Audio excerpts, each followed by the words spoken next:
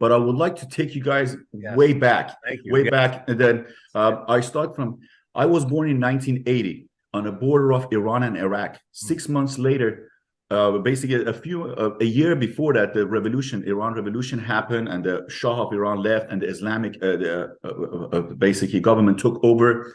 And we were part of a religious minority in that on the border, and all the men in my religious minority, they kept their mustaches, so we were very easily be spot on. And government considered us as infidels, so they were not giving us job. We didn't have university access, but we were such a small group. No one in the world was hearing about us. We were just a few 100,000 people in the mountain and border of Iran and Iraq. And life was brutal, and the only way you could make money was to join the army. My uncles, my dad, everybody was basically sent to war. We see hundreds of people dying. I was around 8 years old. I remember they brought two people in our neighborhood. They hanged them. They were like 18, 19 years old. They hanged them, and I was 8 years old. I was watching it, and them kicking on the rope. I didn't have feeling for 2 weeks, and I didn't know what's happening. It was just so chaotic. And waking up in the morning, 4 or 5. My dad was not home, so he was sent to war. I was the oldest kid. I was like 7 years old. They sent me. I would stand in a line of bread, long line of bread. The shortage of food. We never ate meat and stuff. We didn't have money for meat. We just ate pretty much bread and rice all the time. And my family was 4 kids.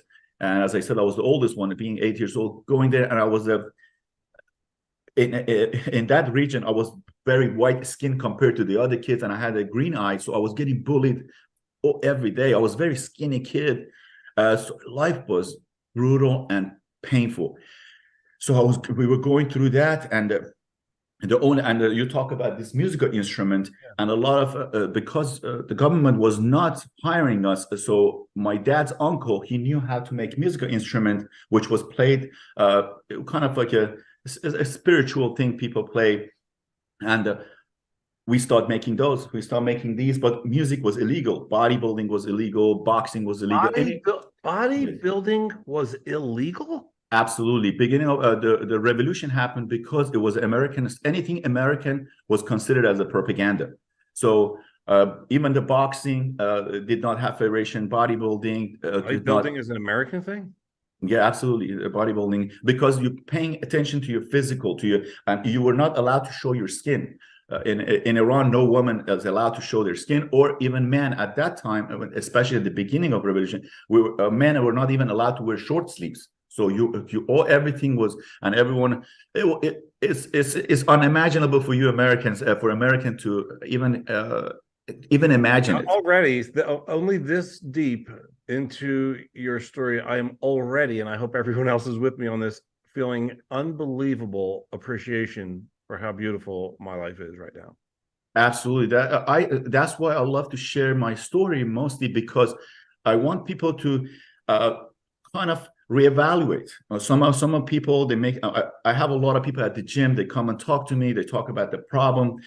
There's a Persian saying, they said this guy, he came and he said, I have a problem. And the monk told him, hey, go to the desert to this tree and drop your problem into that box. So he sat on a donkey. 3 days later, he's by this tree and there's a box.